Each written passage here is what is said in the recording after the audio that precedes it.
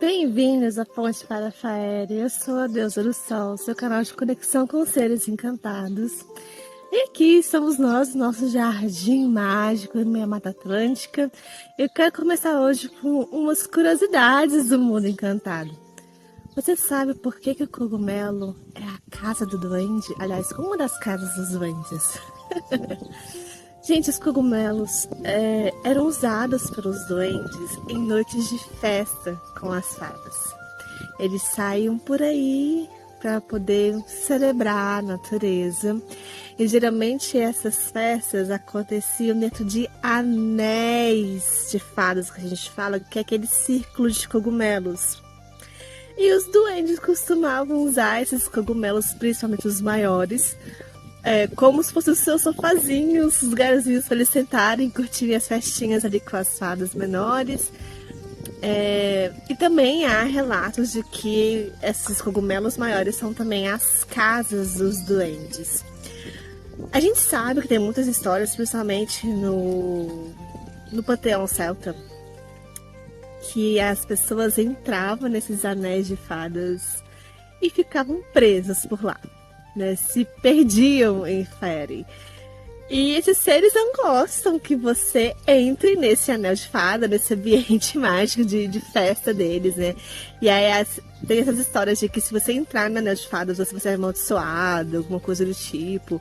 Mas na verdade, pensa, reúne ali duendes e fadas dentro daquele anel de cogumelo, daquele círculo mágico. Pensa no poder da magia que tá ali dentro. Não tem como um ser humano comum entrar ali e não ser impactado com aquilo, não ter um acesso divino, não sentir um êxtase divino, porque essa é a magia desse povo, né? O êxtase. Através do êxtase que você alcança o Auen, a inspiração divina. E a gente vê isso tanto nesse lugar de celebração da natureza dos seres encantados, como a gente vê isso também em relatos de sacerdotisas videntes, né? Então, a Volva, ela tinha então em um êxtase divino, a partir de alguém cantando uma música específica em que ela alcançava o outro mundo com essa música no êxtase. A Pitya, ela tinha que sentir o cheiro, inalar o espírito do dragão ali através da fumaça, e ela entrar no êxtase divino e fazer essa conexão. A sacerdotisa de Avalon, ela ia também trabalhar ali a sua elevação da frequência para atingir a frequência de Auen e ler nas águas, a divinação das águas, as mensagens. E a gente tem relatos disso em várias culturas, esse lugar do êxtase divino como um canal de acesso para visões e mensagens do outro mundo. O próprio bardo ali, né, que traz, a função do bardo é trazer músicas e histórias do outro mundo para as pessoas se conectarem. Ele também entra no êxtase divino da música, da inspiração, né? As musas na Grécia trazem esse lugar da inspiração do Auen para as pessoas escreverem poemas, escreverem histórias e afins. Então pensa, você entrando no círculo de fada, que foi magicado a noite toda, que foi, sabe, que foi celebrado. Pensa no poder daquela magia ali, gente. Você vai entrar em um certo nível de delírio, por assim dizer. Um delírio bom, não um delírio psicótico. Né? Enfim. E é por esses motivos que as pessoas tendem a evitar esses anéis de cogumelos, esses anéis de fadas, para também respeitar esses seres, os espaços desses seres, e não serem levados para outro mundo. As pessoas antigamente, na época que essas histórias começaram a surgir muito, começaram a serem registradas, elas tinham muito medo do outro mundo. Elas tinham uma relação realmente de estranheza, elas não tinham intimidade, elas tinham muito medo do povo pagão, né? A gente sabe também que o cristianismo fez um favor pra gente de demonizar, né, boas partes das nossas práticas com a natureza, e dizer que a bruxa comungava com o demônio, quando na verdade a gente estava lá celebrando a natureza, a fertilidade, os seus ciclos e enfins, e isso é histórico, é inegável, né?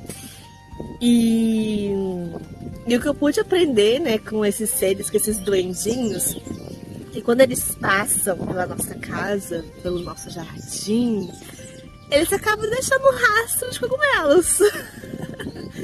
Então teve uma época que eu tava trabalhando uma magia de pó de esquecimento, né? Que era um pó que no outro mundo ele vem de cogumelos, ele vem desse lugar de decomposição. E no dia que eu fiz o pó, que eu comecei a fazer o pó, no dia seguinte o meu jardim foi tomado de cogumelos. Mas assim, gente, tomado de cogumelos. Tanto o jardim da frente quanto de trás. E foi interessante porque na época eu morava numa casa em que era numa estrada de chão e a parte da frente da casa era grama, de todas as casas, era tipo a mesma grama para todo mundo. E só no meu portão, eu olhei dos vizinhos, só no meu portão tinha uma linha de cogumelos. Então os doentes passaram por lá e passaram vários dias. Enquanto eu tava fazendo os pozinhos, os doentes estavam manifestando cogumelos naquela casa. Foi uma confirmação muito gostosa, assim. Aqui onde eu tô atualmente, na Mata Atlântica, tem uma árvore aqui, onde eu moro. E quando eu cheguei, eu já sabia que ela era muito mágica. E aí, quando eu consegui acessar melhor, eu descobri que ali era uma casinha de duendinhos. Sim, os duendes também moram em árvores, gente. Os duendes, eles são uma manifestação da natureza, né? Guardiões da natureza, são encantados, não são elementais. Elemental é o gnomo. Inclusive, vocês sabem por quê que ter uma estátua de gnomo no seu jardim ou na porta da sua casa traz boa sorte? Essa história é muito legal. Reza a lenda que um dia uma menina, uma criança, fez uma estatuazinha em homenagem aos pequenos seres da floresta que ela via. E ela fez essa estátua, pintou das cores que ela quis e tal, mas ela fez e levou pros pais e tal.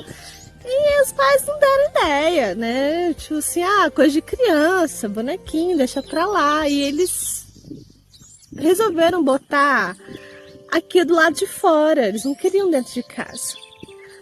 Porque pra eles aquilo não fazia sentido. Eles botaram do lado de fora, no jardim. E os pequenos seres viram aquela estátua e eles viram que a menina fez com tanto amor, com tanto carinho, que eles começaram a deixar presentes, começaram a deixar bênçãos na casa dela, começaram a deixar coisas. E as pessoas daquela casa foram vendo que isso estava acontecendo e assimilaram que deixar a estátua do gnominho no jardim da casa, na entrada da casa, trazia bênçãos, trazia boa sorte. Porque o que a menina fez? O que a gente já falou aqui, né? Ela abriu o coração para os seres encantados. Ela ofertou algo, ela fez amizade, ela falou, eu gosto de vocês, né? E ela montou no coração dela aquela estátua. Ela, querendo ou não, ela fez uma magia singela, mas fez. E botou na casa dela, tipo, vocês são bem-vindos à minha casa. Por mais que talvez os pais não tivessem entendido aquilo, né? A menina fez com tanto amor que aquilo trouxe, né, bênçãos para eles. E aí hoje em dia a gente vê, né, as pessoas intuitivamente, né, a gente tem essa cultura de botar o jardim, os gnomos no jardim e tudo mais. E igual eu contei pra vocês aqui, né, quando eu fui na Ilha de Man, que é uma ilha que as pessoas são conectadas com seres encantados, várias casas que eu passava, tinha gnomos na porta, gnomos cogumelos, eu fiz na porta. Trazendo esse lugar de vocês são bem-vindos à minha casa e as pessoas recebendo bênçãos, com certeza. Por isso que é legal você ter uma estátua de gnominho, alguma coisa de gnominho na sua casa, na sua sala, lugares de entrada, né, ali na sala, ou no seu ambiente de trabalho, para te abençoar, também trazer bênçãos. É muito gostosinho trabalhar com esses pequenos seres, quando há essa relação de afeto, essa relação de amor. Mas a gente também vê muitas pessoas trabalhando com os seres elementais, né? Agora diferente do encantado, elemental, trabalhando de uma forma não tão ética, né? A gente vê relatos de pessoas que prendem elementais, que escravizam elementais. Eu já vi os meus dois olhinhos assim, ó, físicos, diabretes, né, que são São elementais que se tornaram diabretes por conta das pessoas ao redor. Eu já vi isso acontecer. Porque o elemental, ele é um ser, ele é como se fosse, gente, uma criança, né? Ele é muito influenciável pela energia do meio, ele é muito influenciável pela frequência das músicas, dos cantos, das palavras. Tudo isso pode influenciar muito a emoção, vamos botar assim, né, do elemental. O elemental é muita emoção do serzinho. E acaba em ambientes, vamos botar assim, inóspitos, esses elementais acabam virando diabretes. E aí acaba fazendo coisas indevidas, né? Nesses ambientes que tem uma frequência realmente muito baixa, que tem uma contaminação, por assim dizer. Mas a gente também que trabalha com magia, a gente vê que tem pessoas que fazem de propósito essa escravização de elementais. E tem pessoas que fazem sem saber que estão fazendo, né? Então, pensa, um elemental é vamos botar assim, uma criança em formação, em que você fala para uma criança, vai ali e faz tal coisa, ela, no geral, ela faz, né? E ela não questiona muito por quê. Ela é dela, assim, ela quer servir, ela quer estar ali, ela quer estar te ajudando. E o elemental, ele tem muito essa coisa do querer servir, do ser útil, do prestar ajuda. Eles são muito amorosos. Então isso acaba, às vezes, as pessoas acabam sem querer escravizando o elemental. Então quando você vai trabalhar com o elemental, você tem que ter um lugar de muito amor, né? De realmente pedir ajuda e não ordenar algo. Ter esses lugares de troca, que a gente já falou aqui, de ofertar uma fruta, ofertar um canto, um poema, alguma coisa. Tem que ter algo em troca. Você está pedindo um favor, você está pedindo uma ajuda, um serviço.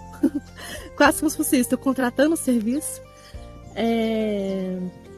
Você tem que ter uma troca ali bem legal com esse ser, uma troca justa. Você tem que cumprir o que você está propondo. Você não pode falar, vou te dar uma maçã e dar uma banana. Você não pode fazer isso de jeito nenhum.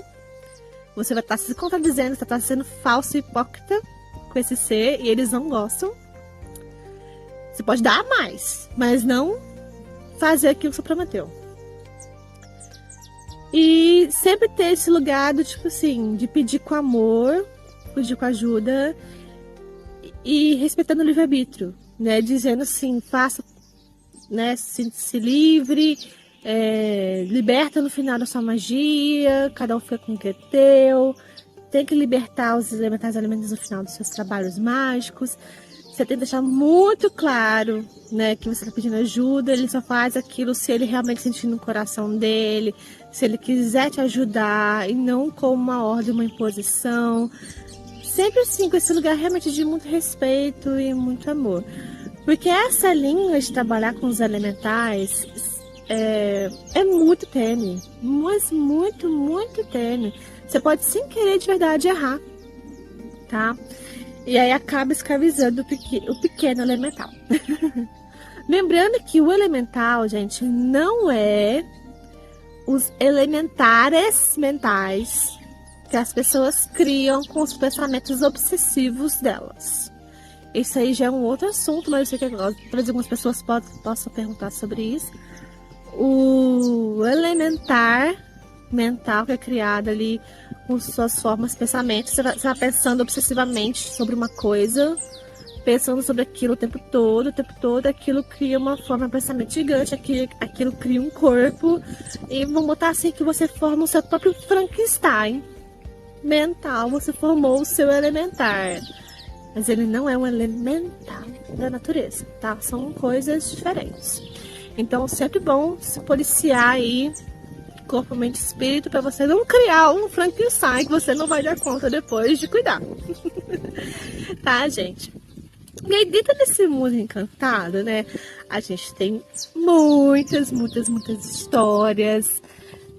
Por isso eu gosto, falo para vocês, eu gosto da folclore, porque o folclore ali Ele realmente é a história do ser encantado, ele é a história do elemental. Mas quando a gente tem uma conexão legal, esses elementais e encantados trazem a história deles pra gente. Eu já fiz portais, tem um trabalho de portal mágico que o encantado vem e conta sobre quem ele é, o que ele faz, como que é o mundo que ele vive, meio que traz a história dele, ele também é muito legal. Teve uma história muito bonita que eu presenciei também, numa noite de Imbol. Eu estava embaixo das estrelas, no Cerrado, tava tendo uma chuva de meteoros, inclusive, nesse dia. A gente fez uma fogueira linda, e eu olhava pro fogo, e eu comecei a ver uma forma dançando naquele fogo. Começou a formar assim, um corpo mesmo. E as cores do fogo começou a mudar. Eu via azul, eu via laranja, eu via vários tons de amarelo e azul misturando, assim. Começou a ficar tipo quase um caleidoscópio, assim, de certa forma, mas não era isso. Começou a ter muitas cores, muitas cores. E aí eu comecei a ouvir uma voz falando assim: você sabe quantas cores o fogo tem? E na hora que ela falou aquilo, gente, eu vi uma iguana de fogo. Uma iguana, não é uma salamandra. A salamandra é o elemental que é pequenininha, dançarina do fogo ali. Eu vi uma iguana enorme, que é uma manifestação do elemento do fogo, né? A iguana, ela é um elemental. E só um parênteses aqui dentro desse mundo, né? Os elementais também têm níveis de consciência e níveis, vamos botar assim, de etapas evolutivas dentro deles, tá? Mas eu não vou aprofundar nisso. E aí eu vi aquela iguana enorme, tipo, deitada assim no tronco, como se ela estivesse deitadinha ali no tronco, assim.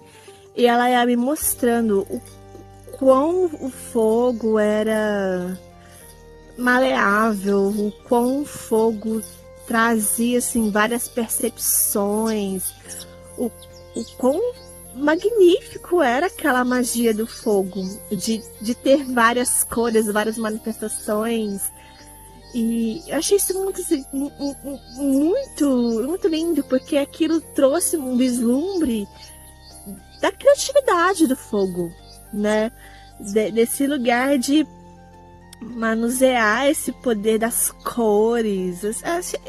Sim, foi singelo, mas foi muito impactante para mim poder ver aquele ser ali na fogueira conversando, né? Você sabe quantas cores o fogo tem? E porque quando a gente pensa no fogo, a gente pensa na chama laranja ali, o azulzinho, o amarelinho, mas ela trazia de uma forma como se fosse muito mais que aquilo. É uma experiência muito gostosa, né? Eu também já tive experiências assim, falando de elemental aqui, né, com a Sílfides.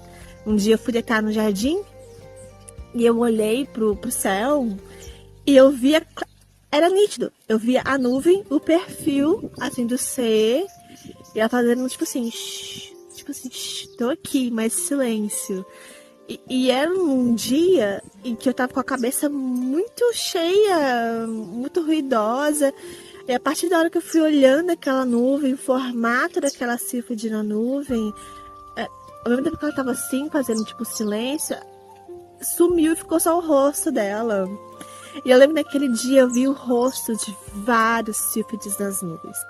Vários. Tipo, de hora que eu via como se fosse um ser mais masculino. Teve esses dias que eu vi um que parecia como se fosse uma mãe brincando com o bebê. E isso, inclusive, é uma magia antiga druídica. Você saber ler mensagens das nuvens, né? É uma forma de oráculo, né? Você lê mensagens das nuvens é uma forma de oráculo. Você saber ler as estrelas, saber ler a água, saber ler o fogo, né? Você pegar os seixos ali, as pedras, e saber ler a mensagem da terra. Tudo isso é uma forma oracular, uma forma de você se conectar com a natureza e ver como a natureza te responde, né? Sanar suas dúvidas, conectar seu espírito. O oráculo, ele entra nesse lugar muito além de ler o famoso tarô que a gente tem no dia a dia.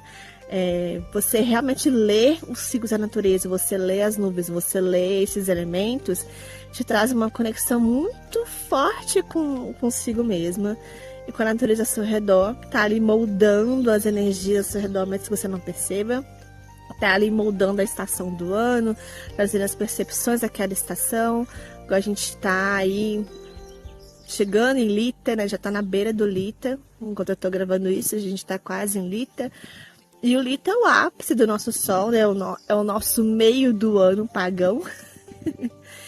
E o Lita, ele traz esse lugar pra gente de uma grande iluminação interna, mas eu aprendi muito com essa estação a conseguir ver as coisas amplamente, né? Inclusive, é um significado da Runa Soilo, você enxergar aquilo que você não está enxergando, porque a luz do sol vai bater ali e vai iluminar tudo.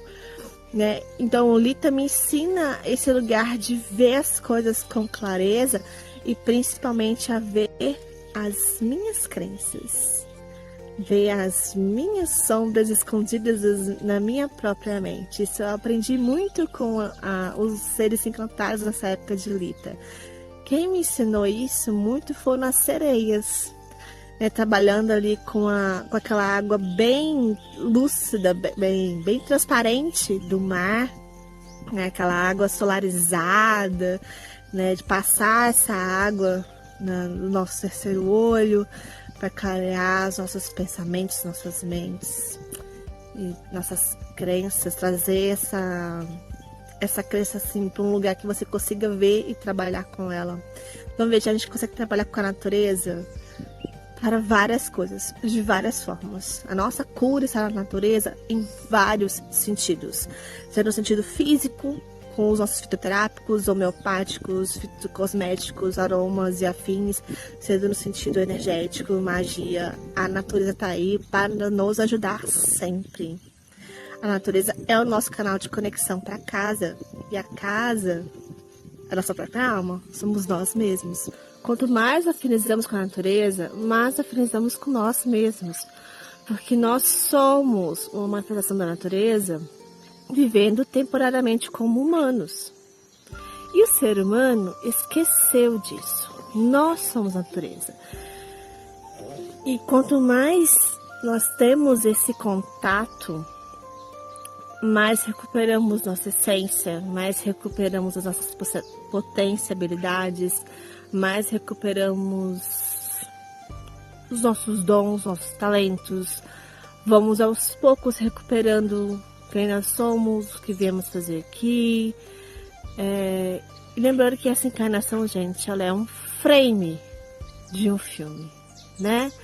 O que é uma encarnação para nossa alma? É um piscar de olhos. Então a gente já viveu múltiplas realidades, em mundos diferentes. E lembrando que o eu superior, ele se fractaliza para viver essas várias realidades ao mesmo tempo. Porque o tempo aqui na Terra é linear, mas lá fora, né, no outro mundo, ele não é assim. Então, gente, para quem quiser se conectar mais com os seus elementos, com a sua potencialidade, eu recomendo o nosso trabalho da Mandala Elementar, que é uma leitura dos seus elementos, da sua jornada kármica, que fala os seus acordos kármicos, quem realmente é você, o que você veio fazer aqui, se você está cumprindo seus acordos com você mesma, com a sua tribo, quais são suas relações com o outro mundo, com os deuses. E também para quem gosta de estudar, a gente também tem o e-book Armi Nashi, lá no link da nossa bio do Instagram, @Deusa do Sol, lá no link tem esse livro, que é um livro de conexão com a natureza, com os ciclos das nossas estações aqui no Brasil. Eu tenho vários portais do Cerrado naquele livro, como trabalhar com a energia da primavera, como trabalhar com a energia do verão, quais plantas usar, quais são os encantados dessa época do ano, trouxe alguns. Tem bastante informação lá, um livro de magia natural, por assim dizer. É muito gostoso, tá? Eu fiz com muito amor e carinho esse livro, porque eu falo, gente, quanto mais eu conectei com a natureza, que eu ciclei com Gaia, que eu celebro essa roda do ano, do que a gente vive aqui, a nossa estação, com os saberes que cada bioma traz pra gente, melhor a minha vida se tornou, melhor eu melhor ser humana me tornei, mais eu consigo me lapidar, mais eu consigo ter consciência das minhas coisas. E mais eu vou me reencontrando, vou me reestruturando. Então eu acho que essa é a nossa maior magia sempre. Autoconhecimento e união com a natureza são as nossas maiores magias. Para quem gosta também de magia, gente, a gente também tem lá no link da bio o nosso catálogo de alquimias, né, que são aí alquimia das fadas para ajudar aí os nossos processos do dia a dia também, para trabalhar momentos tristes, para trazer crescimento, para trazer elucidação, para trabalhar crenças, merecimento, poder pessoal, enfim, tem várias coisinhas lá. Quem quiser dar uma olhadinha no nosso catálogo da bio. E aí a gente se vê no próximo episódio, ó. Grande beijo para vocês e até a próxima!